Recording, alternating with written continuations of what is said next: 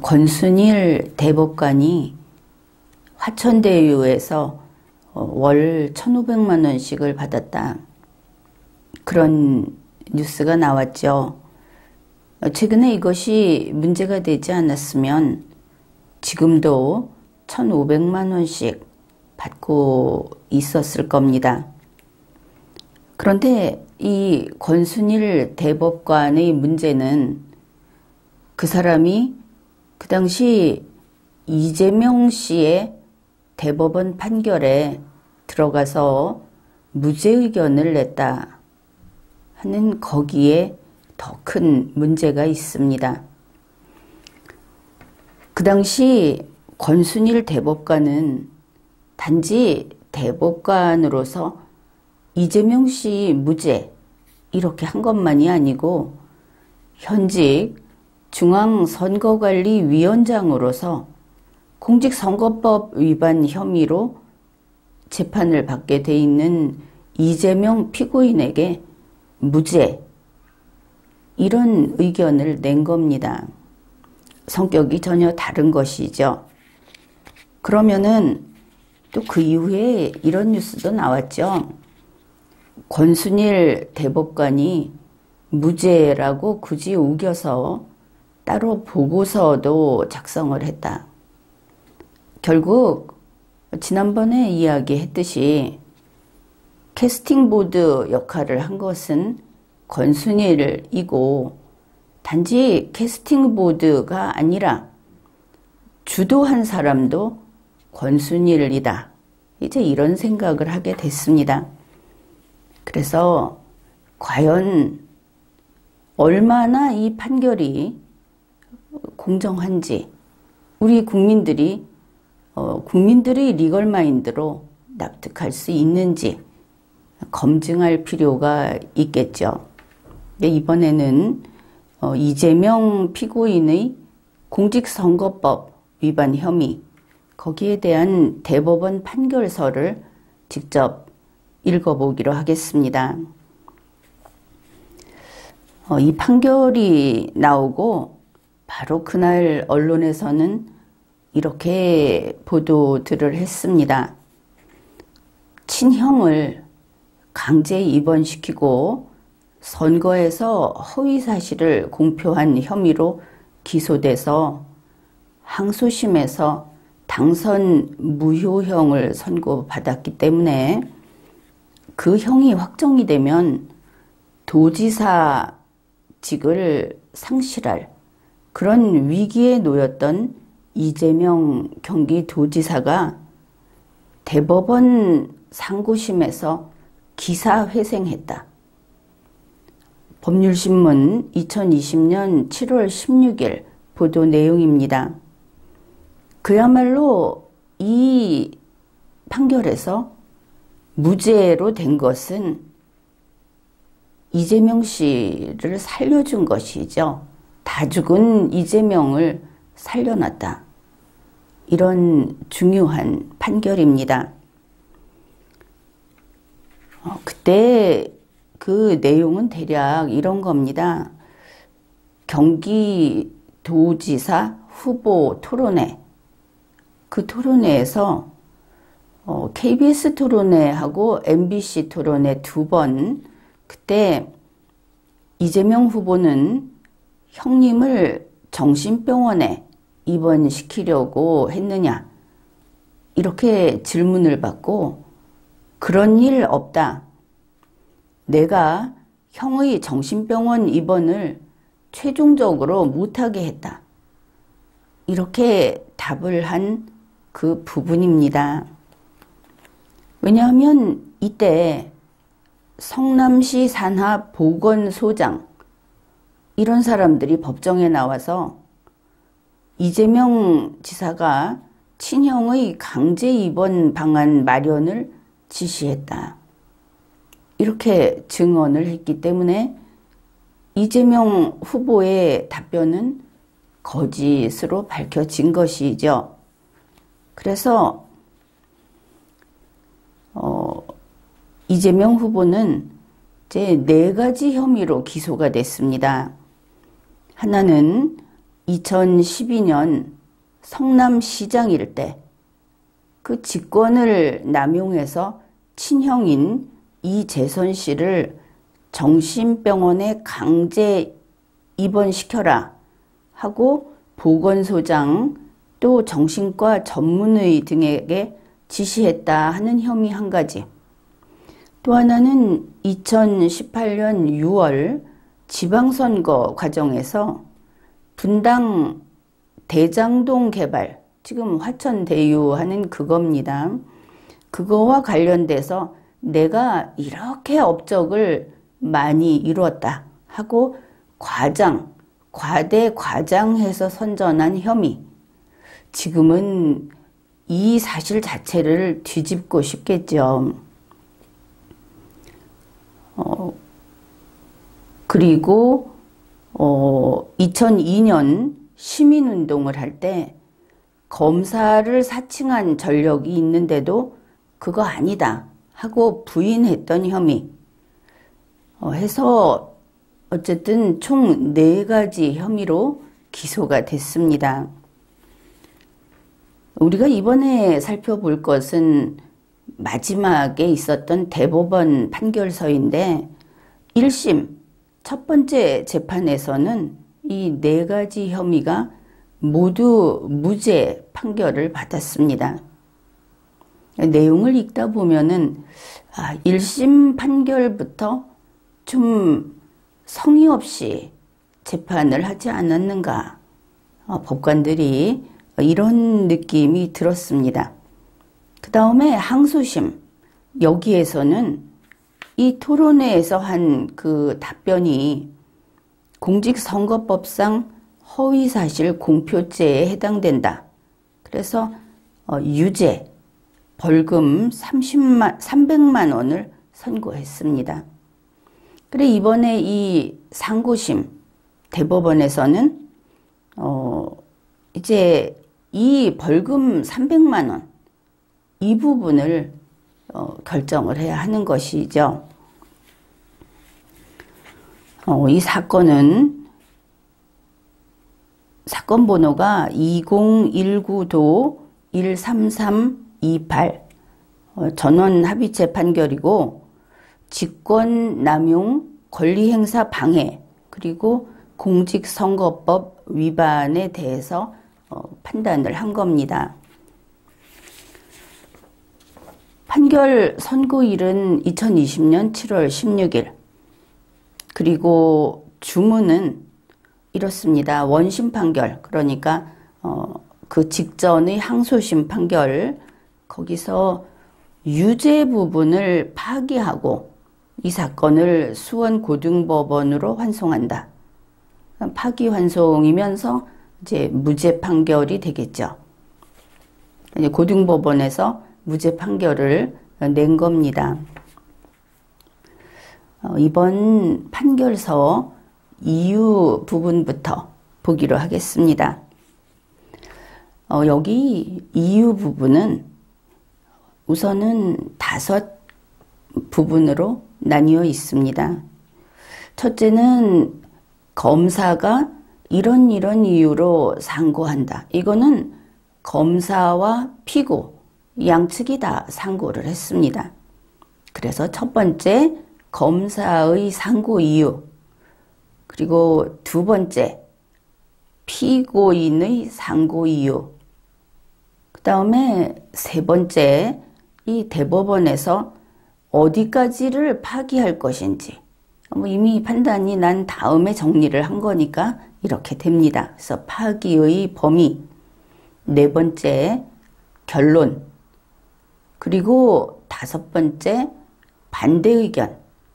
이 다수 의견에 대해서 5명의 대법관이 반대 의견을 냈습니다. 그 반대 의견 부분이 상당히 깁니다. 몇십 페이지 정도 되는데 이번에는 이 분량이 너무 많으니까 다수 의견, 결국은 결론으로 나온 다수 의견, 그것만을 볼 겁니다. 그것도 전체의 한 반쯤은 됩니다. 대법원에서는 검사의 상고 이유에 대해서 먼저 판단을 합니다. 첫째, 검사는 직권남용 권리행사 방해를 했다. 이제 그런 주장을 한 겁니다. 원심은 이제 바로 그 대법원의 판단으로 들어갑니다. 원심은 다음과 같은 이유로 이 사건 공소 사실 중 각 직권남용 권리행사 방해의 점에 대해서 범죄의 증명이 없다고 보아 이를 무죄로 판단한 제1심 판결을 그대로 유지했다. 일단 이게 전체 요약입니다. 요 직권남용 권리행사 방해. 여러분이 보기에 가장 이게 척 들어오는 게 뭡니까? 직권남용 권리행사 방해를 안 했다는 게 아닙니다. 범죄의 증명이 없다고 봤다. 이쪽인 것이죠. 그렇다면 이렇게 생각하면 될 겁니다. 우리가 이 원심이나 그 제1심 판결을 안 보더라도 그러면은 이런 증거를 냈다. 그 증거를 인정을 안 했구나. 아니면 그 증명을 안 받아들였구나. 그러면 첫 번째 전제가 직권남용 권리행사 방해라고 할 만한 행위가 없었다는 건 아니구나. 이렇게 됩니다. 이것은 중요한 차이가 있는 것이죠. 그러면서 거기에 대해서 조금 소개를 합니다. 피고인이 보건소장으로 하여금 정신건강센터의 센터장에게 공소의 3 이것을 그냥 형님이라고 하겠습니다. 형님에 대한 평가 문건의 수정을 요구하게 하고 시켰죠. 아무것도 안 한 게 아닙니다. 수정된 평가 문건에 정신건강센터장이 도장을 찍어 갖고 와라. 이렇게 한 것. 그리고 정신건강센터장에게 이 평가 문건을 수정하게 한 것. 그거는 이재명 피고인이 자신의 직무 권한에 속하는 사항에 관해서 그 직무 집행을 보조하는 사실 행위를 하도록 한 것이거나 뭐 그럴 수 있고, 또 직권남용 권리행사 방해죄에서 말하는 의무 없는 일을 하게 한 때라는 거기에는 해당이 되지 않는다. 이렇게 보았습니다. 이게 참 세밀하게 잘 살펴야 할 부분입니다. 그러니까 가령 자기의 따로 사는 형이 있습니다. 그 형의 가족이 있겠죠. 생활을 같이 하는 가족이 있을 겁니다. 그런데 그 형이 정신질환으로 그 가족들하고 같이 있어서는 안 된다. 다시 말해서 이 형이라고 하는 사람을 치료하기 위해서가 아니고 다른 사람들로부터 격리시키기 위한 조치를 한 것으로 보입니다. 이 판결서의 내용으로 보건대. 그런데 이게 완전히 제3자라면 어떻게 되겠습니까? 이재명 시장이 가만히 있다가 뭐 몇 번지 몇 호에 있는 집에 있는 사람이 격리를 시켜야 되겠다. 그래서 갑자기 가서 저 사람 잡아와라 하지는 못하겠죠. 그 경우에는 신고가 들어올 겁니다. 일반적으로 그렇겠죠. 그 신고가 들어온다 하는 것은 그 가족들이 자기 가족 중에 한 명을 소위 격리시키고 감금하는 것을 동의해서 그 당사자의 의견보다는 가족의 의견을 우선시해서 감금을 한다, 보호 조치를 한다. 이제 법은 지자체 장에게 이와 같은 것을 보면은 좀 위급할 때 할 수 있게 되어 있는 것을 알 수 있죠. 이제 이러한 권한을 부여하고 있습니다. 문제는 이게 전혀 모르는 그냥 시민 A가 아니라는 것이죠. 자기 그 형제입니다. 더구나 그 형제와 함께 살고 있는 가족이 있습니다. 문제가 되는 것은 그 가족이 이러한 조치에 대해서 항의하고 있다. 이렇게 된 거 아닙니까? 나중에 보면 그러면 여기에 문제가 생기는 겁니다. 차라리 전혀 모르는 민원인 이랬으면 좀 다른데 가족인데 이 사람은 생활을 같이 하지 않는 떨어져 있는 사람입니다. 가족들의 의사에 반해서 이와 같은 일을 했다. 나중에 뭐 본인은 아니라고 하는데 이제 그런 이야기가 또 있습니다. 이렇게 됐을 때는 그게 시장의 직무집행을 한 거다. 이렇게 지금 1심에서 원래 시장은 법상 할 수 있다. 이렇게 말하는 게 여기에 적용이 안 된다는 것이죠. 갑자기 일반화해가지고 모르는 시민 A로 만든 다음에 시장은 원래 그런 권한이 있지. 그러니까 이거는 시장이 저 사람 가서 경찰서에 임시 보호를 시켜라. 저 사람에 대해서 그 평가를 하는 문건을 이렇게 고쳐라. 근데 이제 고쳐라 하는 부분은 조금 좀 더 논의를 해야 할 겁니다. 이것은 전문 분야니까. 이제 이와 같은 일을 했다고 한다면은 지금 1심 판결에서는 무죄 판결을 했죠. 모든 혐의에 대해서. 그때 시장은 이렇게 시킬 수 있다. 시장의 권한 범위다라고 하나를 받고 또 하나는 시장은 이런 사람들에게 그런 일을 시키는 것이 의무 없는 일을 시킨 게 아니다. 이렇게 본 겁니다. 내용을 안 보고 아주 형식적으로 이렇게 가면 사실이 왜곡이 되죠. 그런 면에서 1심 판결이 제대로 안 됐다. 이 점 지금 소개한 이 부분에서 일단 이거는 제대로 된 판결이 아니다. 판단을 잘못했다. 그르쳤다. 이렇게 평가를 합니다. 그 다음에 이재명 피고인이 보건소 관계자로 하여금 센터에 그 공소외 5화의 면담 결과를 요청하게 하고 뭐 이거는 이제 이름이 안 나왔으니까 그 다음에 그 형님에 대한 진단 그리고 보호 신청을 촉구하게 그것 좀 해라 이렇게 촉구하게 한 것. 그리고 정신건강센터장하고 그 관계자들에게 그 면담 결과를 또 보내게 이렇게 한 것은 1심 판결은 여전히 시장은 원래 그럴 수 있다는 것을 토대로 해서 이거 직권남용에 해당되지 않는다. 이렇게 판단을 했습니다. 분명히 문제가 있어 보이죠. 이게 이런 겁니다. 경찰이 있는데 자기가 알고 있는 이게 좀 사이가 안 좋았다고 하지 않습니까? 집안이면서도 그 자기가 알고 있는 마음에 안 드는 이웃 사람한테 매일 찾아가서 틈나면 찾아가서 불신검문을 하는 겁니다. 그러면 이게 정상적인 권한 행사입니까?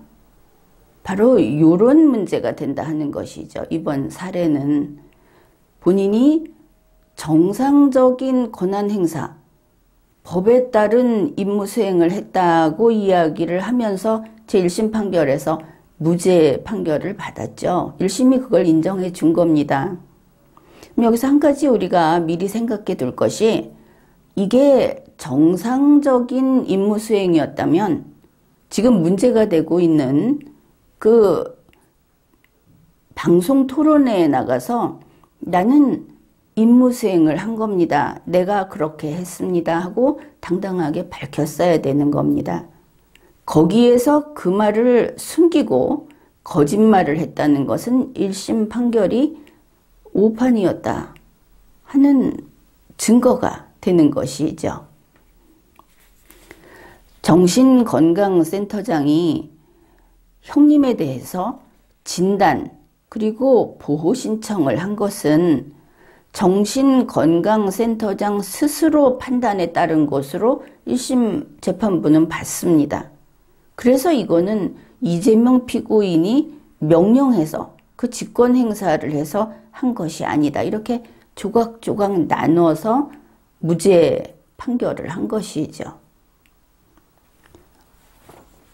이재명 피고인이 보건소 관계자에게 형님에 대해서 정신보건법에 따른 입원 절차를 진행하라는 취지로 지시하거나 재촉한 사실이 인정된다. 바로 이게 인정된다고 하는 겁니다. 우리가 앞에서 이야기했죠. 직권남용 권리행사 방해죄에 있어서 범죄 혐의를 둘 수 있는 행위를 했다 하는 겁니다. 이재명 피고인이 안 했다, 억울하다 이게 아니고 했다, 했는데 그게 법적인 임무여서 했다 이렇게 말을 하고 그거를 인정해 줬다. 했다고 했을 때 이미 문제가 많다고 국민들은 생각을 할 겁니다. 그 여러 가지 그 주변 상황들을 알고 있기 때문에 법에 따른 것이 아닐 수 있다. 이런 생각들을 하는 것이죠. 그런데 법원에서는 1심 법원에서는 그거를 싹 걷어버리고 이거는 했지만 그거는 정당했다.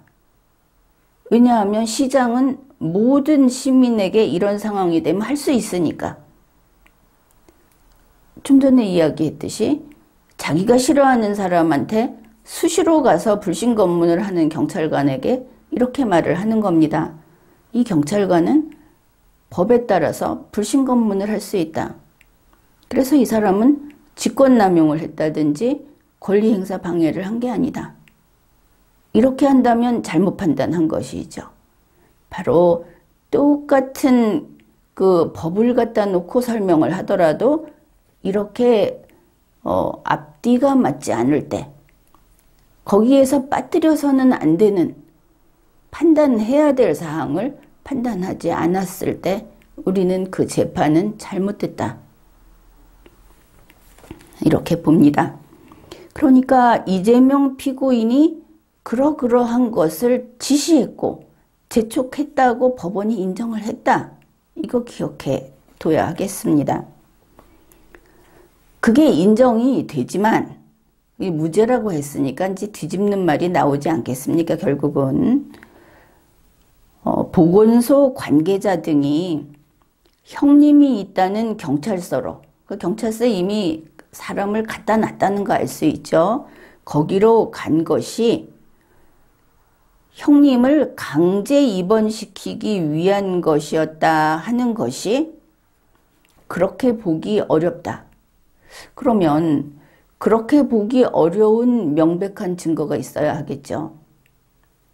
법원이 판단을 할 때는 그게 아니고 법원이 어떻게 말을 하냐면 강제 입원시키기 위한 것이었다는 것이 합리적 의심 없이 증명되었다고 보기 어렵고 그러니까 이재명 피고인이 죄를 지었다고 하는 거는 엄청나게 100% 지어야만 죄를 지었다고 하고 이재명 피고인이 죄를 짓지 않았다고 볼 때는 의심이 되면은 안 지었다고 보는 이런 기준을 우리가 알기 쉽게 이야기하면 이런 기준을 갖다 대고 있다.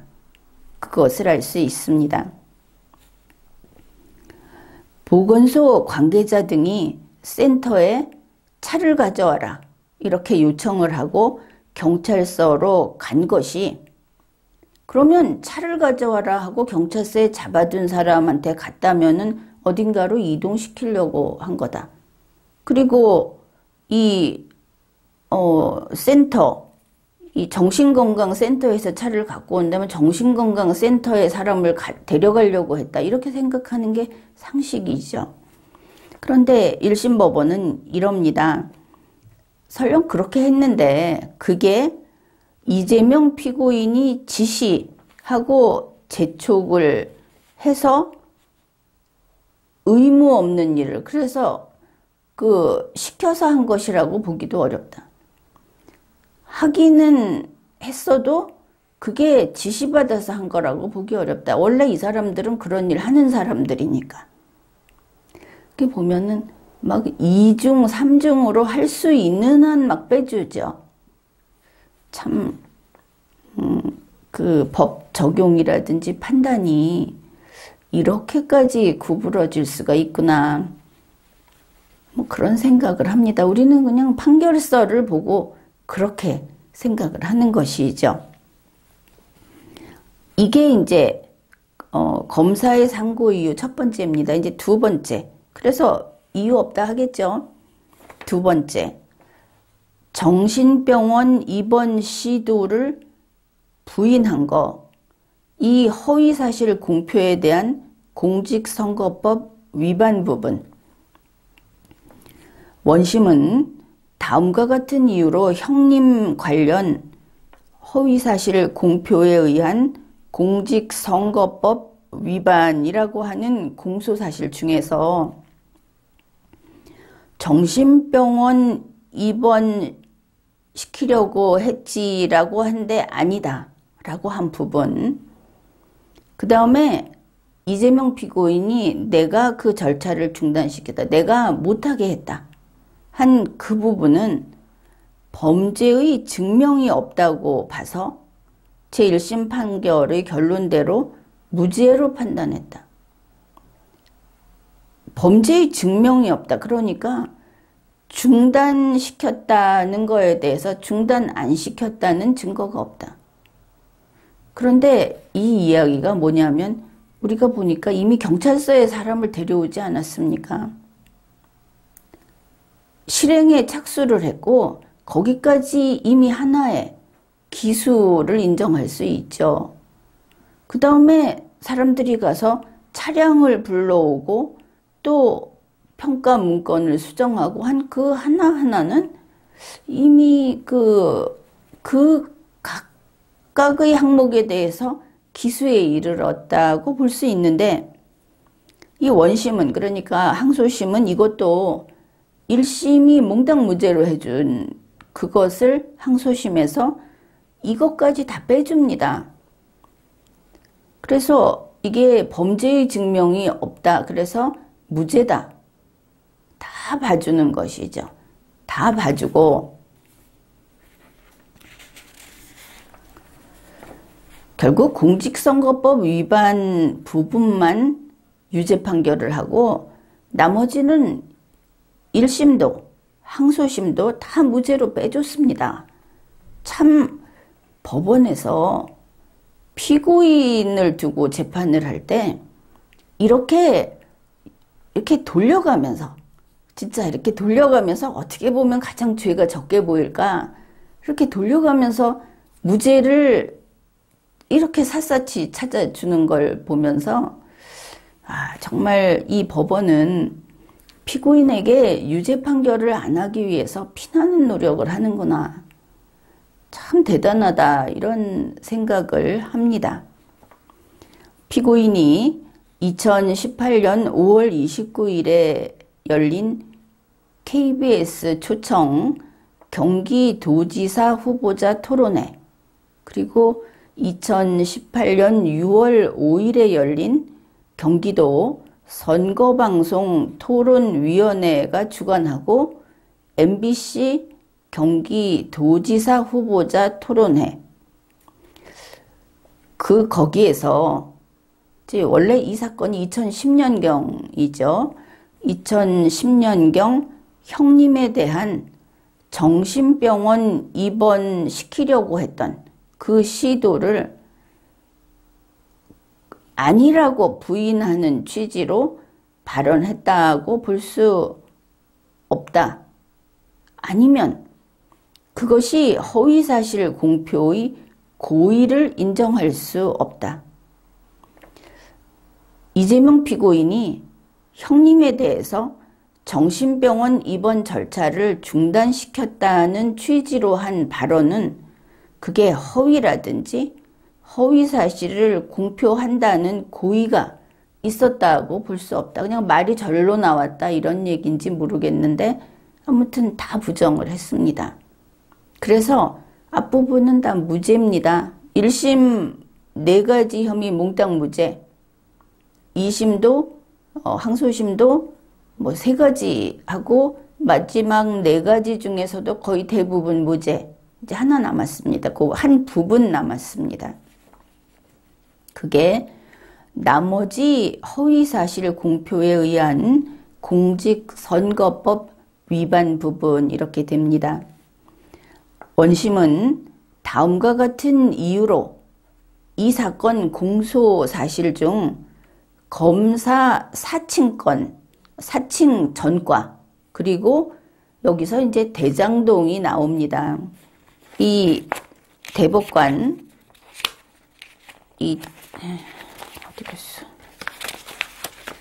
권순일 대법관이 이거 보고도 대장동하고 이재명하고 상관 있는지 몰랐다고 한 거는 이래서 완전히 거짓말이 되는 것이죠. 판결서 안에 있으니까. 근데 여기에 보면 검사 사칭했던 전과 그 사실하고 대장동 도시개발사업 업적하고 관련된 이 허위사실 공표 이제 2가지가 되겠죠. 여기에 대한 공직선거법 위반에 대해서 이것도 범죄의 증명이 없다고 봐서 또 무죄라고 합니다. 그냥 범죄의 증명이 없다고 하면 되는구나. 이러니 국민들이 법원의 재판을 불신하는 거 아니겠습니까? 똑같이 다른 사람이 이러면은 이거는 분명히 이 정도 되면은 합리적 의심 없이 범죄가 증명됐다고 본다. 이렇게 말을 하면 되고, 이거 같은 경우에는 범죄의 증명이 없다고 본다. 그냥 내 눈에 안 보여. 이렇게 하고 있죠.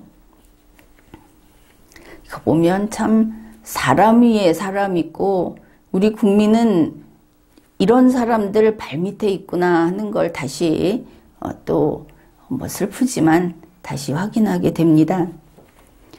피고인이 KBS 토론회에서 검사 사칭 전과에 관해서 누명을 썼다는 취지로 답변을 했다. 그러면 거짓말 한 거죠. 왜냐하면 전과 기록이 있으니까. 그런 거 아니겠습니까? 그런데 법원이 이렇게 말을 합니다. 누명을 썼다 이렇게 말을 하는 거는 전과 관련 형사 판결에 대해서 허위사실을 주장한 것이라기보다는 자기가 볼 때 억울하다고 표현을 한 것이고 이게 고의로 그렇게 말한 것으로 보기도 어렵다. 이게 코에 걸면 코걸이, 귀에 걸면 귀걸이라고 할지 모르겠지만 이제 이재명 피고인을 아주 다정다감하게 그리고 그 사람을 걱정하고 뭐 탄원서도 쓰고 하는 이런 사람들도 많은데 그런 사람들의 입장에서는 믿고 싶을 겁니다. 그렇게 풀이하고 싶겠죠. 그런데 이게 이재명이라는 사람이 귀엽고 깜찍한가? 아니면 징그럽고 끔찍한가? 이 문제가 아닌 겁니다. 이 사람이 빵을 훔친 소년이 아니다 하는 것이죠. 배고파서 빵을 훔친 소년은 뭐 해봤자 빵만큼 해악을 끼쳤죠. 물론 도덕적으로 좀 많이 해악을 끼쳤는데 이재명 피고인이 한 것은 이게 자기가 말하자면 그 작은 지역에서 왕이 되겠다. 내가 권력자가 되겠다 하고 나와서 토론을 하면서 이렇게 말을 했다는 겁니다.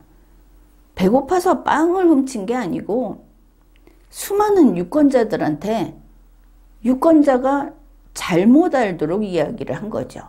아니 거기서 유권자가 실수로 알면 할 수 없고 이러면 되는 겁니까? 유권자를 반드시 속여야지. 이래야만 안 되는 겁니까? 판결이 잘못된 게 보이죠. 그런데 이렇게 정말 미주알 편을 듭니다. 이거는 뭐 어떤 사람 마누라가 있다 하더라도 어머니가 있다 하더라도 이렇게까지는 안 할 것 같다. 이 판결서 보면은 기가 막힙니다. 피고인이 2018년 6월 2일경부터 2018년 6월 3일경까지 경기도 선거관리위원회를 통해 유권자들에게 배포한 책자형 선거 공보물에 기재한 대장동 도시개발 사업과 관련하여 여기서 자기가 이렇게 돈을 벌었다, 벌어줬다 하고 자랑을 했습니다. 어떻게 이 대법관이 이걸 모른다고 할 수 있습니까? 그리고 대법관 출신이 이렇게 모른다고 방송에, 언론에 거짓말을 하고 어떻게 이 하늘 아래에서 살아갈 수 있겠습니까? 뭐 죽으라는 얘기는 아닙니다. 대장동 도시개발 사업과 관련하여 개발이익금 5,503억 원을 시민의 몫으로 환수하고, 그래서 이거 시민들에게 다 나눠준 모양이죠. 920억 원은 대장동 지역 배후시설 조성비에 사용했다. 2,761억 원은 일공단 공원조성 사업비에 사용했다. 그게 시민 몫으로 환수했다. 이 사람의 개념은 좀 다른 겁니다. 여기서 알 수 있는 게 이재명 피고인이 만약에 성남시청을 번듯하게 지었으면 이거 시민들한테 혜택이 돌아갔다 이렇게 말을 하는 겁니다. 실제로 시민이, 배고픈 시민은 그 성남시청 건물을 보면서 배고픔을 해결할 수 있습니까? 시민에게 돌아가지 않죠. 눈요깃감은 될지 모르지만 이거는 분명히 말로서 국민을 속이는 겁니다. 공무원은 말을 이렇게 하면 안 됩니다. 2018년 6월 11일 오후 5시경 경기도지사 후보자 선거 유세에서 한 같은 취지의, 지금 했던 똑같은 얘기를 연설에서 했습니다. 그런데 법원은 이렇게 말을 합니다. 이거는 중요한 부분에서 객관적 사실과 합치되고 세부적으로 진실과 약간 차이가 나고, 그 세부적으로 약간 차이가 나면 일반 국민들은 거짓말을 했다, 그걸로 허위사실을 공표했다 해서 처벌받죠.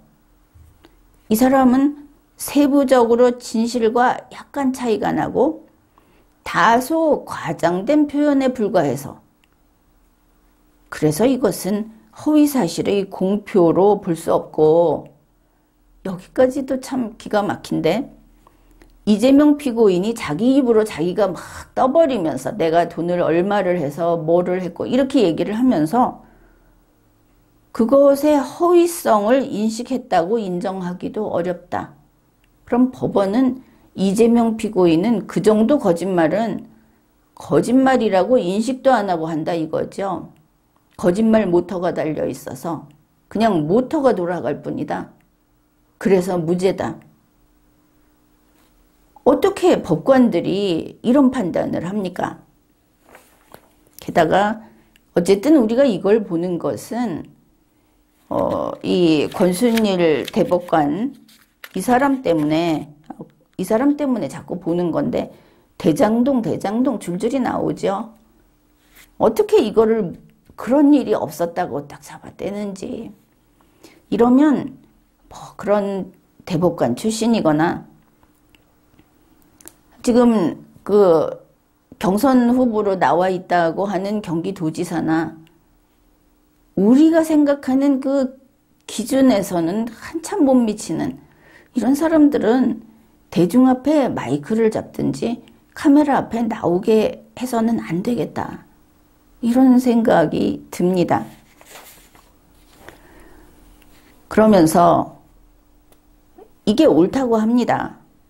이 대법원에서 원심 판결 이유를 관련 법리와 기록에 비추어 보면 이러한 판단에 논리와 경험의 법칙을 위반해서 자유심증주의의 한계를 벗어나거나 뭐 그런 법리를 오해한 잘못이 없다.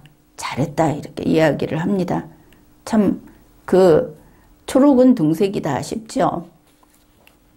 이제 이렇게 해서 검사의 상고 이유를 이유 없다. 그 항소심에서 무죄라고 한 게 옳다. 이렇게 끝을 냈습니다. 이제 두 번째입니다. 피고인의 상고 이유에 대하여. 여기에 보면 이재명 피고인이 문제 삼은 게 공소권을 남용했다. 그 다음에 공소장 일본주의를 위반했다. 이런 주장을 했습니다. 변호사 아니랄까봐 이런 주장을 했는데 기껏 할 수 있는 게 이런 형식적인 거밖에 없다. 그렇게 보이죠. 지금은 정치가 아닙니까? 정치가인데 정말 그 악마의 디테일 그런 거를 챙기면서 계속 살아가려고 하는데 정치인은 나쁜 짓을 하고도 처벌을 안 받고 빠져나가면 되는 게 아니죠. 항상 국민의 눈앞에 있는데 그러고 살 수 있겠습니까? 제 대법원은 여기에 있어서 뭐 원심이 검사가 공소권을 남용했다고 볼 수 없다. 또 공소장 일본주의에 위배되지 않는다고 판단했다. 그래서 이것도 배척합니다. 그 다음에 강제 입원 절차에 관여했다 하는 데 대해서 허위사실을 밝혔다. 허위사실 공표했다 하는 혐의가 있죠. 그것 때문에 공직선거법 위반죄의 성립이 되는가 여부. 이제 이번 이 대법원 판결의 핵심은 이 부분입니다. 여기에서 대법원이 벌금 300만 원 나온 거를 벗겨주죠. 그것도 무죄다. 어떻게 풀어가는지 이 부분을 잘 알아둬야 하겠습니다. 자, 이 공직선거법 제250조 제1항 이거 위반이다 하는 것이죠. 그런데 앞에서 이 법리에 대한 설명을 합니다. 여러분도 이 법리가 무엇인지를 딱 틀을 잡고 그리고 이 판결서를 보게 되면 오히려 법원의 판단이 잘못됐다는 것을 누구라도 분명하게 지적할 수 있게 될 겁니다. 공직선거법 제250조 제1항을 규정한 취지는 선거인의 그러니까 유권자 그래야 되겠죠. 이번에 선거인의 공정한 판단에 영향을 미치는 그런 허위사실을 이렇게 막 얘기하고 보여주고 하는 이런 행위를 처벌하고자 하는 거다. 그러면 왜 처벌할까? 이 유권자들이 거짓말을 듣고 속아서 투표를 하면 그게 공정한 선거가 될 수 없죠. 그래서 유권자에게는 절대 거짓말을 해서는 안 되는 겁니다.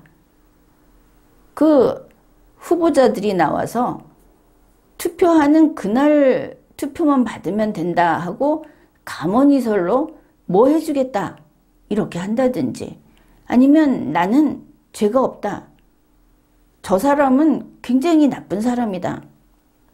이런 식의 허위 사실을 유권자들에게 들려주고 유권자가 그걸 보고 판단을 하게 한다면 선거는 속아서 한 선거가 됩니다. 바로 그걸 금지하기 위해서 허위사실 공표를 하면은 공직선거법 위반으로 처벌을 하는 것이죠. 그러면 이거 왜 처벌합니까? 공정한 선거를 보장하기 위해서 처벌하는 겁니다. 공정한 선거라고 하는 것은 후보자보다 위에 있습니다. 후보자가 좀 이익일 것 같으면은 공정한 선거가 좀 뒤로 가도 됩니까? 불공정해도 됩니까? 그렇지 않죠.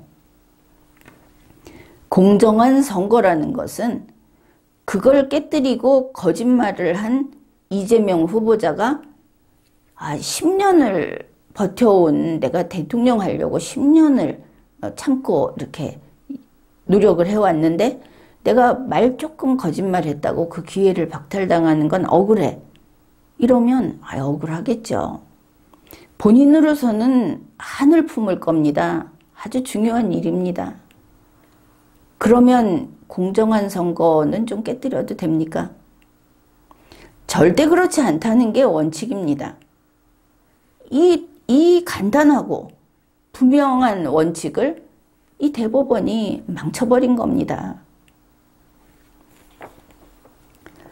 그래서 공직선거법상 허위사실 공표라고 하는 것은 안 된다. 왜? 유권자를 속이고 유권자가 잘못된 판단을 하게 하고 그러면 선거는 불공정해지기 때문이다. 대법원도 이건 밝혔습니다. 그러면서 뒤에 이러쿵저러쿵 진짜 지저분하게 변명을 많이 합니다.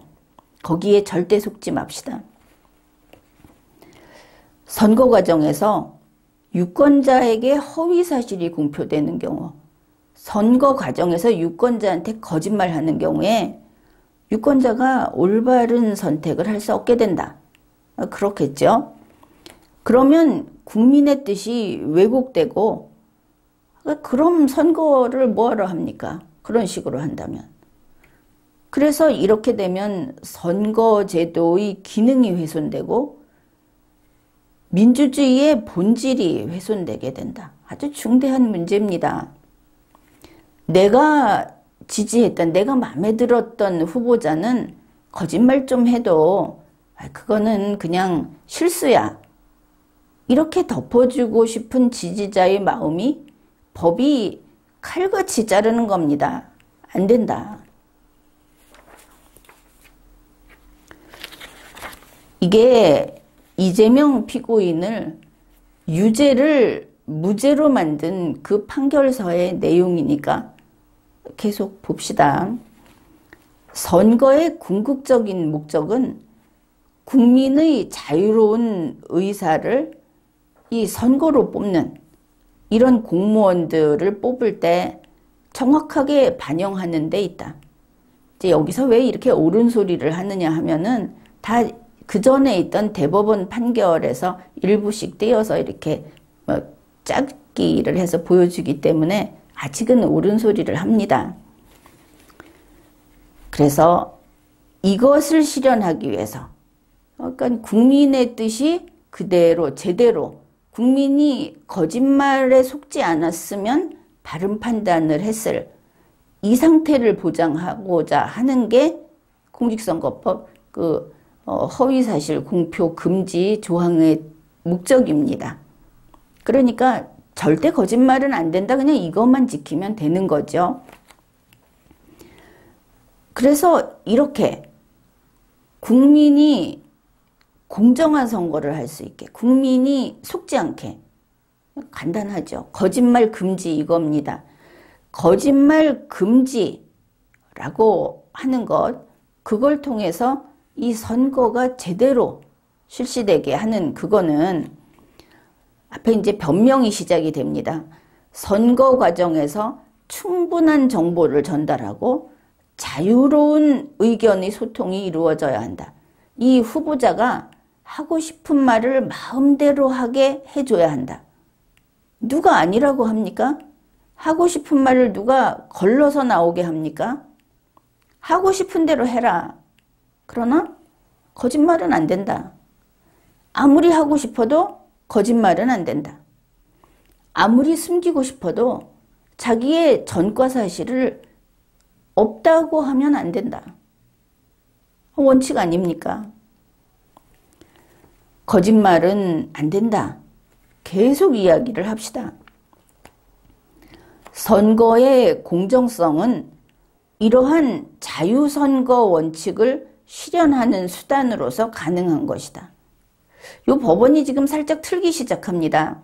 뭐냐면 선거에서 유권자를 속이면 안 된다. 거짓말하면 안 된다. 이 법이 그래서 있다. 왜냐하면 유권자가 속으면 모든 건 꽝이다. 우리가 선거하는 목적이 애초에 목적 달성을 못하게 된다.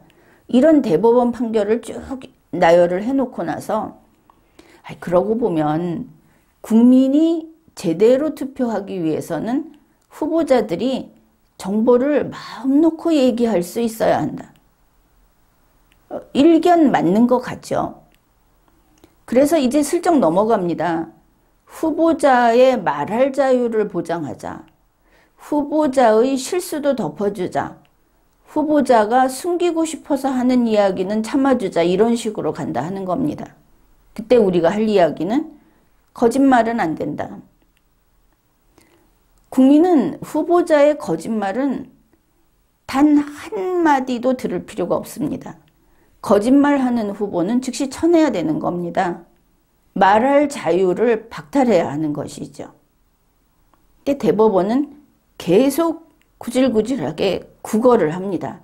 슬쩍 후보자 쪽으로 간 다음에 후보자를 대고 보호를 합니다. 자, 이제 토론회가 뭔지를 이야기하고 있습니다.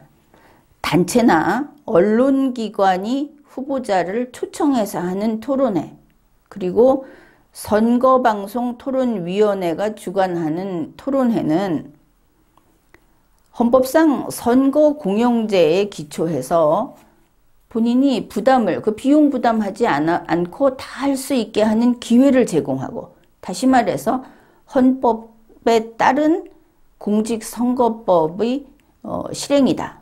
이렇게 봐야 하겠죠. 기회를 주는 거다. 맞습니다. 우리가 후보자들에게 이런 토론회를 통해서 자기들의 정견을 발표할 수 있도록 기회를 줍니다. 후보자들은 그게 내 권리야 이렇게 할 것이 아니고 감사해야죠. 후보자들은 국민에게 거짓말하면 안 됩니다. 이것은 은혜를 배반하는 것이니까. 그 다음에 이게 후보자의 입장에서는 선거운동의 공정성을 확대하고 선거운동 방법을 제시하는 것으로서 후보자는 이렇게 선거운동을 할 기회를 얻고, 그리고 토론회라는 모든 사람이 그 정보를 더 많은 사람이 같이 공유할 수 있는 그런 행사를 통해서 선거운동을 보다 공정하게 할 수 있다. 대법원이 이런 소리를 하면서 그러면 그 토론회에서는 그 누구도 단 한마디도 거짓말은 있어서는 안 된다. 거기서 거짓말하는 자는 철퇴를 내려야 한다. 뭐 답이 나오죠. 그런데 여기서 이 대법원은 이런 말을 합니다. 이러한 후보자 토론회에 참여한 후보자가 토론을 할 때는 자기에 관한 것이든 상대방 후보자에 관한 것이든 진실에 부합하는 주장만을 해야 한다.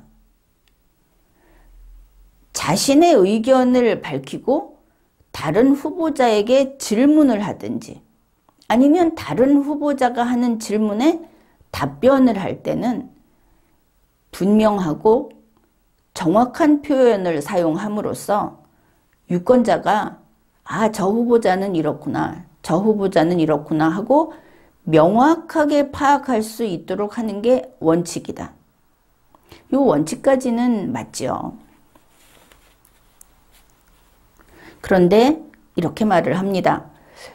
그런데 이와 같은 토론을 할 때는 미리 원고를 준비해서 일방적으로 다 준비해서 연설을 하는 경우하고는 다르게 상대 후보자가 질문을 하면 답변을 하고 주장을 하면 반론을 하는 이런 공방이 일어나는데 제한된 시간 안에서 즉흥적으로 계속적으로 이루어지기 때문에 그 표현의 명확성에 한계가 있을 수밖에 없다. 이제 슬쩍 꼬리를 감춥니다. 그러나 우리 국민은 이렇게 이야기를 해야죠. 즉흥적이고 30초 안에 말해 주십시오 하는 그런 상황이라 하더라도 거짓말은 안 된다. 왜 그 짧은 시간에 굳이 거짓말을 하느냐? 이렇게 말을 해야 할 겁니다.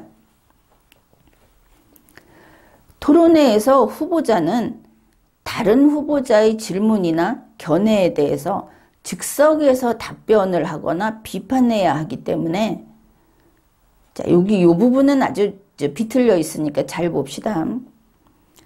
다른 후보자의 발언을 내가 이재명 피고인이 의도적으로 이걸 왜곡하지 않는 한 이재명 피고인의 그 지식과 그 철학과 이런 입장에서 다른 후보자의 발언의 의미를 해석하고 거기에 대응을 한다. 그렇겠죠.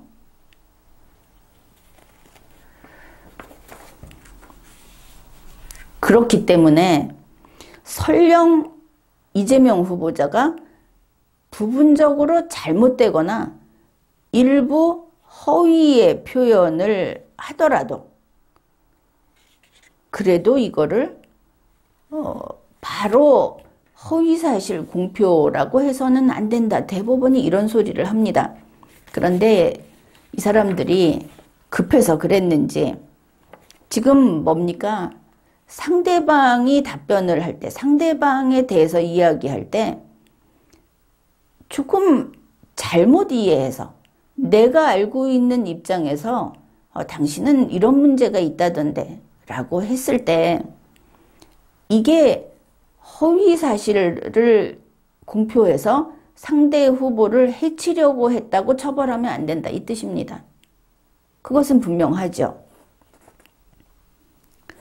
다시 말해서 짧은 시간에 주고받고 이야기를 하기 때문에 자기가 다른 후보에 대한 이해가 부족해서 좀 과장을 한다든지 혹은 좀 다소 심한 이야기를 한다든지 해도 이게 뭐 가해의 의사가 있다든지 곧장 허위사실의 유포로 고소당할 일은 아니다. 이런 설명을 한 겁니다. 지금 상황은 그게 아니죠. 이렇게 된다면 이재명 피고인에게 따지고 물었던 사람에게 면죄부를 주는 설명에 불과합니다. 그런데 대법원은 이걸 자기 스스로 자기 이야기를 하는 이재명 피고인한테 이거를 그를 편드는 판단을 하겠다고 이렇게 이야기를 한 겁니다. 차이를 알겠습니까? 이재명 피고인이 시간이 막 촉박합니다. 그래서 난 사실은 전과가 있는데 전과가 없습니다. 시간이 촉박해서. 어쩌다 보니까 빨리 말을 하다 보니 그렇게 됐습니다. 나는 내 형을 뭐 어디다가 정신병원에 감금을 하려고 이렇게 한 적은 있지만 그거 사실이 아닙니다. 토론회니까 시간이 촉박해서. 이거는 되지 않는다는 것이죠. 상대방에게 당신 혹시 형을 감금하려고 했느냐 이렇게 말했는데 그게 그렇지 않았더라. 이 사람이 고의로 악의적으로 이렇게 물어본 게 아니라면 뭐 시간도 촉박하고 주고받는 사이에 그렇게 물을 수 있다. 이쪽인 겁니다. 그래서 이재명 피고인이 자기 얘기를 할 때는 이건 적용이 안 되고 상대방이 이재명 피고인에게 무엇인가를 다그칠 때는 적용이 되는 그걸 가지고 지금 이재명 피고인은 무죄라는 논거로 썼다. 틀렸다는 거죠.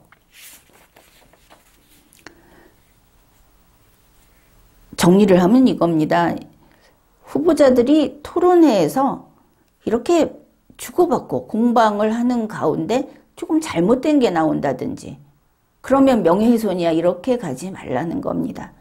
그리고 일부 과장된 게 나온다든지 이랬을 때 그게 고의적이든지 악의적이 아니라고 한다면은 그러면 그거는 바로 법으로 넘어갈 문제는 아니다.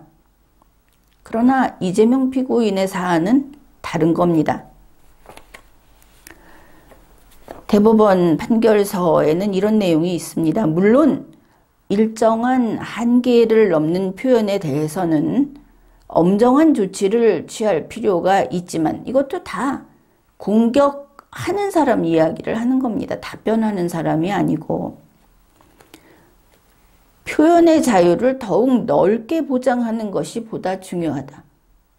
이게 지금 계속 딴 데로 가고 있죠. 내가 저 사람한테 뭔가를 따져 물을 때 그걸 일일이 다 조사를 해서 절대 틀리지 않게 해서 질문을 해라. 답변을 요구해라. 그 부분에서 여유 있게 그냥 좀 자유롭게 하게 두자 이거지. 당신은 남자입니까? 이렇게 물어봤는데 자기가 남자인지 여자인지 알지 않습니까? 그럴 때 나는 묵비권을 행사하겠습니다. 이런다든지 나는 남자면서 나는 여자입니다. 이럴 자유를 보장하는 게 표현의 자유를 보장하는 게 결코 아니죠. 상대방에 대해서 치밀하지 못한 것은 좀 봐주자.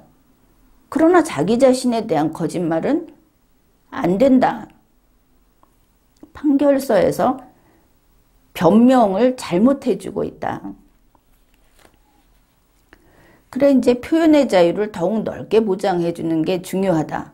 이제 계속 산으로 가고 있습니다. 표현의 자유가 제 기능을 발휘하기 위해서는 그 생존에 필요한 숨쉴 공간, 즉 법적 판단으로부터 자유로운 무슨 거짓말을 해도 사실은 무슨 헛소리를 해도 그걸 자유로 보장하자고 지금 이 소리를 하고 있는 겁니다. 중립적인 공간이 있어야 한다. 아이 그러면은 숨을 쉬라고 누가 숨을 쉬지 말라고 했나? 거짓말 안 하면 숨을 못 쉬는 겁니까?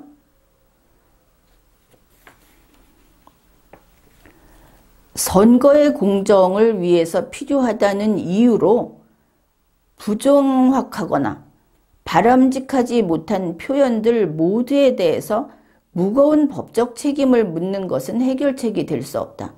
뭐 이 정도 되면 팔이 안으로 굽은 정도가 아니죠. 사실 이재명 피고인 보고 자기를 변명하라고 그래도 여기까지는 안 갈 것처럼 보입니다. 그 사람이 상식 있는 사람이라면. 아니 자기가 한 것을 안 했다고 이야기하는데 그걸 부정확하거나 바람직하지 못한 표현이다. 이거는 법이 그거를 간섭하지 말자. 그냥 자유로 보장을 하자. 그건 안 되는 겁니다. 후보자는 자기 자신에 대한 것을 국민에게 알리는 이 토론회에서 상대방하고 지금 권투시합하는 게 아니라는 것이죠. 상대방만 때려 눕히면 되는 게 아니고 이 다른 후보자하고 질문 답변을 하면서 국민이 지켜보고 있는 겁니다. 국민이 판단을 하는 것이죠. 그런데 자기 자신에 대해서만큼은 절대로 명확해야 합니다. 그렇지 않습니까? 상대방을 잘못 판단할 수는 있지만 나는 이런 생각을 하고 있습니다. 나는 이런 정책을 가지고 있습니다. 나는 이렇게 살아왔습니다 하는데 무슨 착각이 있고 그걸 뭐 때문에 애매하게 이야기를 합니까? 그것도 제대로 못하는 사람이 무슨 선거 후보자로 나옵니까? 대법원은 이렇게 얘기를 합니다. 후보자 토론회에서 한 말을 문제 삼아서 이걸 고소나 고발을 하고 그렇게 하면 고소 고발하면 이제 수사를 하게 될 텐데 그러면 그 수사건이 중립적인지 아닌지 믿을 수도 없는데 이러면 선거의 결과가 결국 어떤 검사를 만나느냐 어떤 판사를 만나느냐에 따라서 좌우되는 위험에 처해진다. 그러면 이게 민주주의의 이념이 훼손될 수 있다. 하여튼 말이라고 나오는 대로 써대는데 이게 말입니까? 이렇게까지 구질구질하게 변명을 하는데, 자 봅시다. 선거에 나온 후보자들이 토론을 하는 토론회는 거기 와서 이런 식으로 거짓말을 한다면 그 토론을 안 하는 게 낫죠. 차라리 모르는 게 낫습니다. 얼굴 보고 찍는 게 낫습니다. 거짓말에 속아서 찍느니. 거짓말은 안 됩니다. 거짓말도 좋아요. 거짓말도 포용해 주세요 하는 거는 민주주의가 아닙니다. 이제는 피고인 보호 쪽으로 또 애걸을 합니다. 이 사건 조항은, 그러니까 허위사실 공표 처벌하는 공직선거법 조항은 이거 형벌법규다. 이제 나옵니다. 형벌법규다. 형벌법규는 엄격하게 해석 적용을 해야 하고 피고인에게 불리한 방향으로 지나치게 확장 해석을 하거나 유추 해석을 해서는 안 된다. 여러분 많이 들어봤죠? 불명확할 때는 피고인의 이익으로, 그러니까 피고인에게 범죄 혐의가 있는데 형사 범죄 혐의가 있는데 이게 입증이 안 됐다. 그러면은 안 됐으면은 설령 억울하더라도 정의가 좀 훼손이 되더라도 이거 유죄로 판결할 수 없다. 그게 이제 불명확할 때는 피고인의 이익으로라는 겁니다. 근데 대법원이 이거를 형사법 규정이다 이렇게 말을 하면서 이게 아주 확고하게 100% 증명이 안 되면 이재명 피고인 무죄 쪽으로 가자고 지금 논거를 들고 펴고 있죠. 이거 완전히 잘못 알고 있는 겁니다. 공직선거법 제250조 제1항은 피고인을, 배가 고파서 빵을 훔친 피고인을 긍휼히 여기자 하는 정신이 들어가는 그런 조문이 아닙니다. 이거는 선거의 공정을 지키기 위한 것이다. 앞에서 이야기했죠. 이거는 사익이 아니라 공익을 위한 겁니다. 그것도 어떤 권리 침해 혹은 이익 보장, 이게 아니고 자기들도 말하듯이 바로 민주주의, 헌법 질서를 지키기 위한 조문입니다. 그래서 이렇게 피고인을 위하여라고 하는 부분은 허용이 안 됩니다. 이건 틀렸습니다.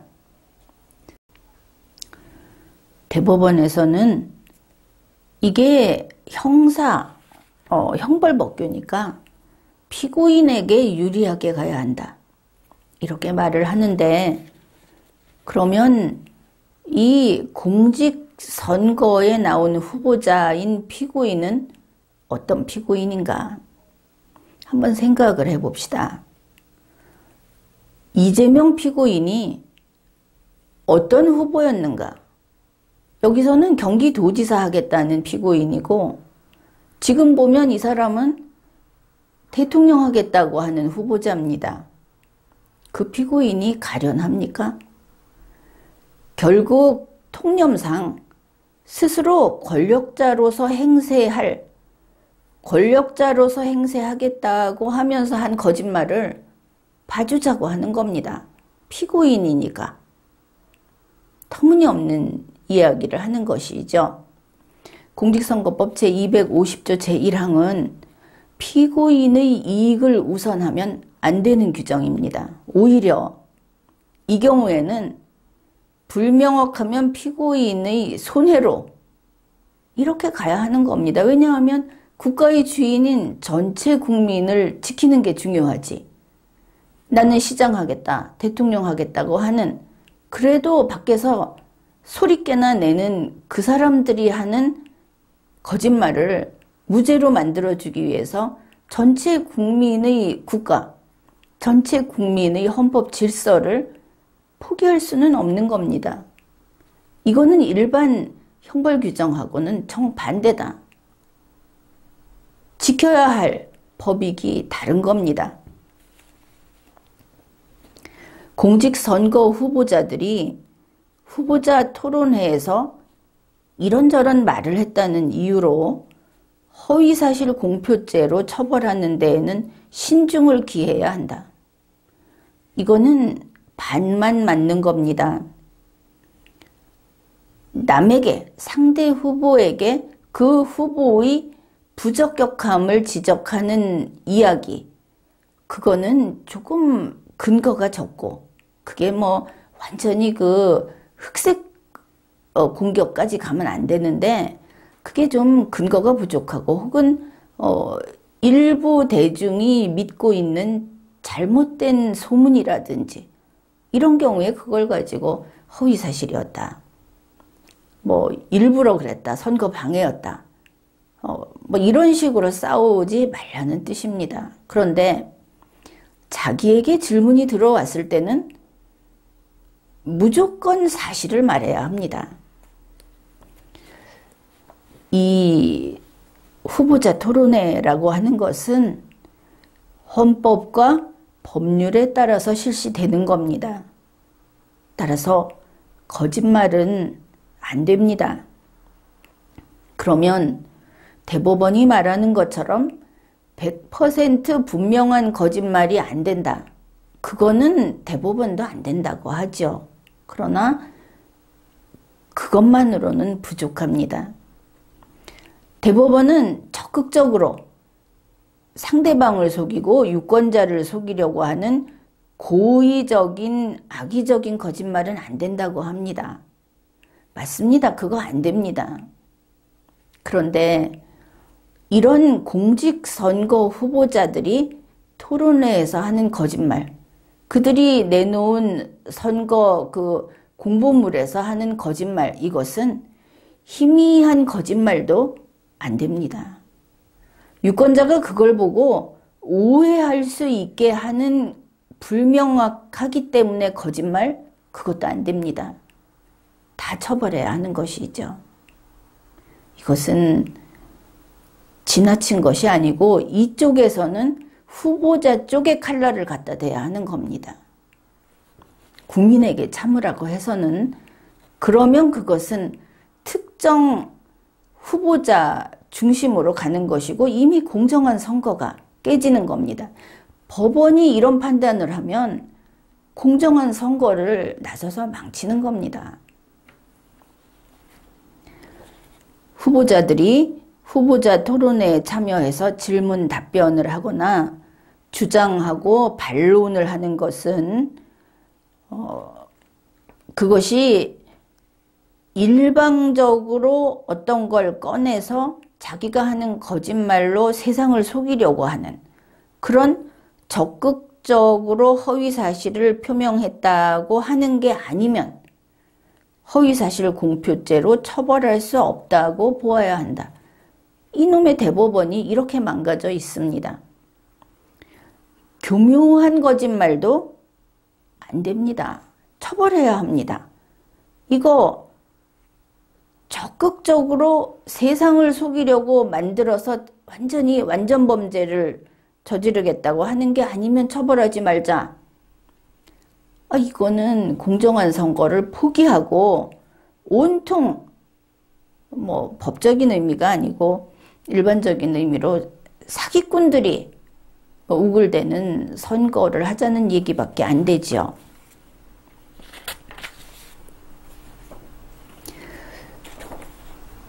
이재명 피고인에 대해서 대법원이 이렇게 밝힙니다. 적극적으로 표현한 내용에 허위가 없다면, 이게 한국말입니까? 일반 국민들이 들으면 이게 뭔 소리야 이러겠죠. 이게 뭐냐 하면은 이재명 피고인이 한 말이 아주 적극적으로 완전히 거짓말을 한 게 아니라면 그러면 괜찮다. 법적으로 공개 의무를 부담하지 않는 상황에 대해서 일부 사실을 묵비했다는 이유만으로 그게 허위다 이렇게 말을 하면 안 된다. 일부 사실을 묵비했다는 것은 말을 안 한 게 아니고 지금 이 사람이 답변을 안 했으면 허위사실 공표라고 안 합니다. 공표라는 작용이 있었다는 것이죠. 그래 놓고는 그게 허위사실이 아니다. 적극적인 게 아니다. 아니, 입을 열어서 말을 했지 않습니까? 적극적이지. 고개만 끄덕여도 적극적입니다.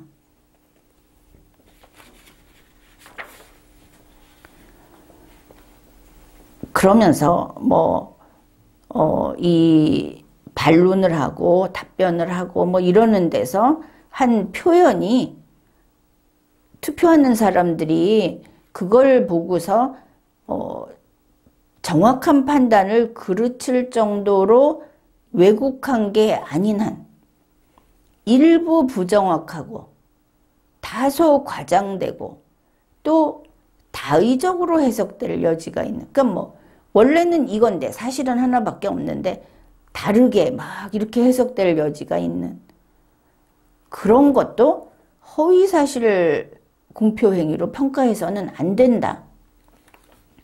이러면은 허위사실 공표하기 진짜 어렵습니다. 그렇죠. 어떻게 허위사실 공표 한번 해보자 그러면 완벽하게 거짓말을 하고 완벽하게 적극적으로 그렇게 해야만 그 유죄 인정을 받을 수 있으니까 이거 인정받는 것 대단히 어려운 일이다. 도대체 대법원은 어째서 이렇게까지 거의 한 1억 분의 1만 유죄로 인정하겠다. 이런 태도를 보이는 것인가. 참 구질구질하게 이렇게 여기도 빼내고 저기도 빼내고 무조건 안 된다. 왜 이러는 걸까? 혹시 반드시 무죄여야 하는 어떤 목표라도 설정해 놓고 있는 것인가? 이렇게 보입니다. 그러면서 이제 이 사건에 대해서 판단을 합니다. 원심은 이재명 피고인이 2012년 4월부터 8월까지 여러 차례 보건소장 등에게 형님에 대해서 강제 입원 절차를 진행하라고 지시를 했다. 그런데 이번 토론회에서 형님을 정신병원에 입원시키려고 한 적이 전혀 없다고 그런 취지로 발언을 한 것은 유죄다. 그래서 벌금 300만 원이 나온 겁니다. 그런데 그러나 대법원은 원심의 판단을 받아들이기 어렵다. 이렇게 밝힙니다. KBS 토론회 이야기를 합니다. 피고인은 이재명 피고인이 상대 후보자가 이렇게 물어봅니다. 이재명 피고인에게 형님을 정신병원에 입원시키려고 하셨죠. 그 보건소장을 통해서 하지 않았습니까? 이렇게 질문을 했더니 이재명 피고인이 그런 일 없습니다. 이렇게 답변을 했습니다. 이게 판결서에 있습니다. 그러면 이 방송을 보는 국민들은 어떻게 하겠습니까? 아, 그런 일 없구나. 그런 일이 없었구나. 이렇게 생각을 하겠죠. 앞에서 그 형님이라는 사람은 왜 경찰서에 와서 거기에 있었을까? 경찰서에 갇혀 있었을까? 왜 거기에 보건소나 이런 데 사람들이 이재명 시장의 지시를 받고 차를 가지고, 원래 자기들 하는 일이긴 하지만 차를 가지고 거기에 경찰서로 갔을까? 그게 다 없어야 되는 겁니다. 그런 일 없었습니다. 없습니다. 우리 일반인이 말하는 거짓말과 대법원이 보는 거짓말은 다른 겁니까? 그래서 이제 그런 일 없습니다. 이러니까 다른 상대 후보자가 그러면 시청 8층에 있는 서울대병원에서 위탁한 정신보건센터에서 형님에 대해서 전혀 문진도 안 하고 검진도 안 하고 정신병자라고 판명을 한 겁니까? 이렇게 질문을 했습니다. 그러니까 이재명 피고인이 이렇게 말을 합니다. 그거는 형님이 어머니를 때리고 어머니한테 차마 표현할 수 없는 폭언을 하고 이상한 행동을 많이 했고 그러면 어머니를 보호해야 하겠죠. 이런 상황에서 일단 보면 뭐 이재명 피고인에게도 어머니니까 그러면 어머니를 모셔다가 안전한 곳에 모시고 있으면 되겠네 이렇게 보입니다. 그 다음에 실제로 형님이 정신치료를 받은 적도 있는데 정신치료를 받은 적이 있는 사람은 무조건 정신병자 취급을 해도 되는가 하는 부분은 다르겠죠.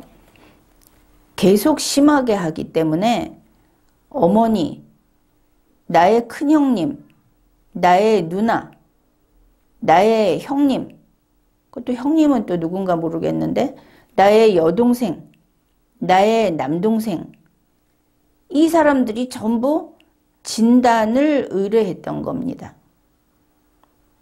진단을 의뢰했으면 병원으로 갔겠죠. 근데 일단은 경찰서에 있었다고 합니다. 그 부분도 좀 납득이 되지를 않습니다.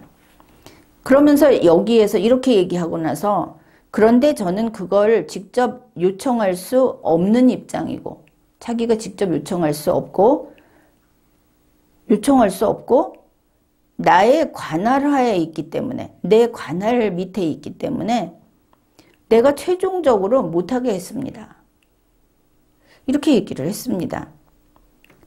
그러니까 머리카락 하나 못 건들게 했구나. 이 형님은 집에 자유롭게 있었구나. 이래야만 이 말이 참이 됩니다. 그런데 이제 항소심 거기서는 이재명 피고인이 형님에 대한 강제 입원 절차 진행을 지시하고 그 지시에 따라서 강제 입원 절차 일부가 진행된 사실을 숨겼다. 앞에 다 있다고 이건 다들 인정하고 있는데 토론회에서는 그 얘기를 마치 그 일이 없었다고 얘기하지 않았습니까? 마치가 아니고 내가 못하게 했다 이랬으니까. 그러면서 내가 최종적으로 그것을 못하게 했다고 함으로써 전체적으로 봐서 적극적으로 반대 사실을 진술한 것과 같다. 거짓말한 거다. 그래서 사실을 왜곡했다. 따라서 이것은 허위 사실을 공표한 것이다. 이래서 항소심에서 유죄 판결을 한 겁니다. 300만 원 벌금. 그런데 대법원은 이렇게 말을 합니다. 이 답변은 상대 후보자의 공격적인 질문이나 의혹 제기에 답변하거나 해명하는 과정에서 나온 것으로 그러니까 거짓말이 아니다. 아니 해명은 거짓말로 해도 됩니까? 거짓말로 하는 해명은 안 되죠. 그러면서 또 이렇게 이야기를 합니다. 그 해명을 할 때는 이렇게 말해도 된다. 내가 못하게 했다. 그건 아니죠. 그 다음에 실제로 그 뒤에 이재명 피고인이 내가 못하게 했다고 한 뒤에 그거 이재명 피고인이 직권남용을 했다는 의혹이 있다 하고 추궁을 했다.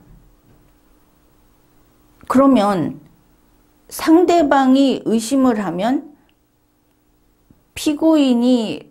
이재명 피고인이 거짓말로 답변한 거는 이제 거짓말이 아닌 걸로 된다. 피고인이 거짓말한 것이 확인이 된 거지 거짓말한 게 소용없었네. 이렇게 되면 거짓말 안 한 것이 된다는 건 무슨 논리입니까? 그렇죠. 내가 거짓말을 했는데 상대방이 그거를 믿지 않고 이런 게 있다고 얘기를 하면 나는 거짓말 안 한 겁니까? 지금 그런 이야기를 하고 있지 않습니까? 거짓말은 그냥 한 겁니다. 상대방이 또다시 추궁을 한 거죠. 이것은 각각 다른 사건입니다. 그러면서 대법원은 이재명 피고인이 이렇게 이야기한 거, 내가 최종적으로 못하게 했습니다. 형한테 머리카락 하나 안 건드렸다 이렇게 말을 한 거는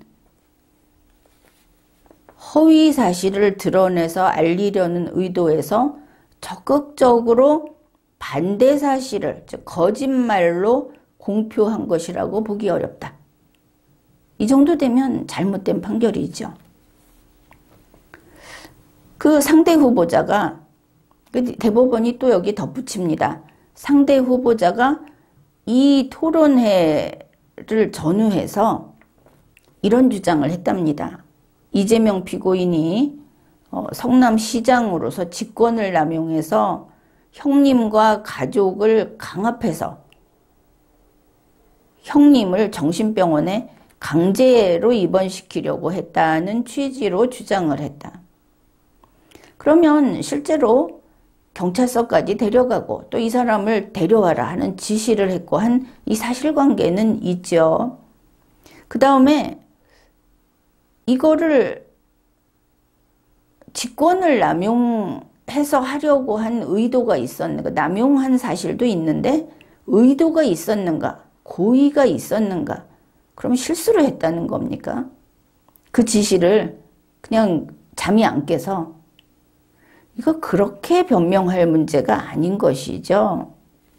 그리고 앞에서 한 그 토론회에서 한 이야기는 사람들이 그걸 듣고 어머 이재명 그 후보는 형님한테 절대 그런 거 안 했대. 저 사람 얼마나 억울하겠어. 일반 유권자들은 그랬을 겁니다. 이재명 후보는 정말 배국같이 깨끗한 사람이다. 전혀 그런 일이 없는데 저 나쁜 것들이 저렇게 혐의를 덮어 씌웠구나. 토론회에서 내가 막았다 이렇게 얘기를 하는데 이 정도로 유권자를 속였으면 거기에 대해서는 책임을 져야 하는 겁니다. 그때 가정사가 어땠든 본인의 감정 상태가 어땠든 상관없이 유권자와 후보자의 관계는 정상적이어야 하는 것이죠. 거짓말하면 안 되는 겁니다. 대법원은 또 이럽니다. 비록 이재명 피고인이 형님에 대한 정신병원 강제 입원 절차 진행에 관여한 사실이 있고 그거를 말 안 하고 숨기고 그리고 내가 못하게 했다고 말을 했다 하더라도 이재명 피고인이 자기가 그와 같은 행동을 한 거를 공개해야 할 법적 의무가 있다고 볼 근거가 없다. 그거 아닙니다. 법적 의무, 그냥 가만히 있으면서 막 얘기하라는 게 아니고 토론회에서 질문을 받지 않았습니까? 답변 안 하는 것과 내가 남들이 얘기하는 걸 우리 형님을 가두려고 그 경찰서에 데려가고 또 병원에 데려가고 하는 걸 내가 막았다 하는 거는 전혀 다르죠. 그리고 그런 사실을 숨기는 게 어떠냐고 대법원이 이야기를 하는데 그게 아닙니다. 여기서 질문받고 거짓말을 한 겁니다. 거짓말해서는 안 된다는 법적 의무가 있는 것이죠. 그것을 위반한 겁니다. 그래서 처벌을 해야 하는 것이죠. 그러면서 대법원은 그럽니다. 곧바로 적극적으로 반대 사실을, 여기서 죽어도 거짓말이라고 안 하죠. 허위 사실이라고도 안 하고 반대 사실을 공표하였다거나 전체 진술을 허위라고 평가할 수는 없다고 보아야 한다. 전체를 허위라고 볼 수는 없다. 거짓말 했잖아. 그 말가벗은 임금님 그러면서 애들이 볼 때 거짓말이야 그러는데 이 사람들은 거짓말이 안 보여 이러고 있는 겁니다. 우리 국민들이 이런 판결서가 저 구석에 쌓여 있으니까 내용을 모르죠. 그 다음에 두 번째 MBC 토론회. 여기서는 질문받고 거짓말한 것도 아니고 주도권 토론에서 먼저 이야기를 했습니다. 그런데 이것도 대법원은 변명을 해줍니다. 이재명 피고인이 MBC 토론회에서 저 어떤 후보가 저쪽 후보가 저보고 정신병원에 형님을 입원시키려고 했다 이런 주장을 하고 싶으신 것 같은데 아직은 얘기 나오기 전인데 먼저 말했답니다. 사실이 아닙니다.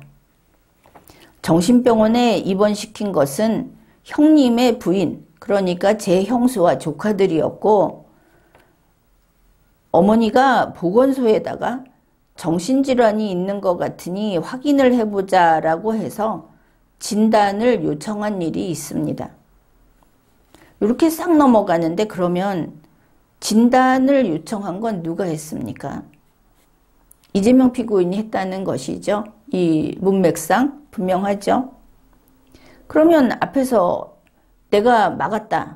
아무것도 못하게 했다. 정치적으로 문제가 돼서 그 얘기 지금 나오는데 그런 이야기들이 거짓이라는 게 밝혀집니다. 이 두 번째 사례를 가지고. 그 권한을 제가 가지고 있었기 때문에 앞에서는 또 권한이 없다고 하더니 이제는 내가 갖고 있기 때문에 내가 어머니한테 설득을 해서 이거 정치적으로 너무 시끄러우니까 하지 말자.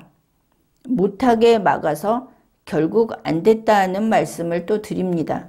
그런데 법원에서 항소심 법원에서 인정했죠.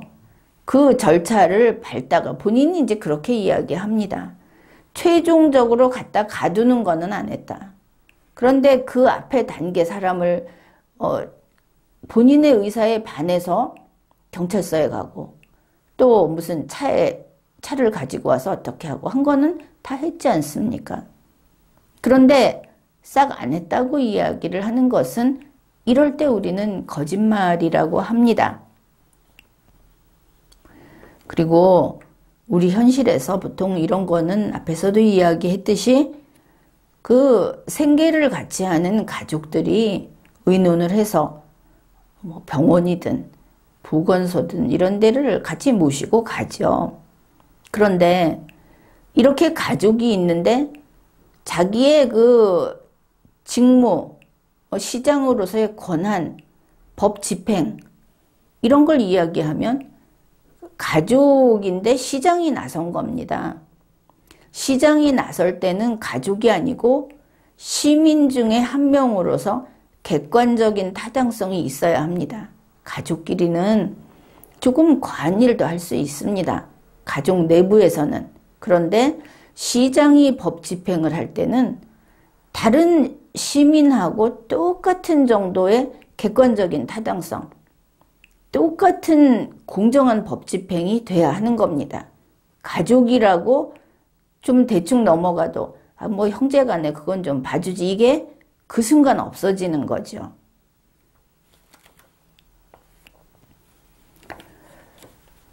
그래서 주도권 토론 시간에 고의적 적극적으로까지 이제 거짓말을 한 것으로 그렇게 판단을 합니다. 그런데 대법원은 이렇게 밝힙니다. 이 발언에 이어서 자꾸 상대방하고 엮어갖고 물타기를 하려고 하죠. 이재명 피고인이 이제 거짓말을 했습니다. 그리고 나니까 상대방 후보자가 이재명 피고인의 어머니가 그 형님을 정신병원에 넣으라고 요청했다는 것은 완전히 허구라는 게 밝혀졌다.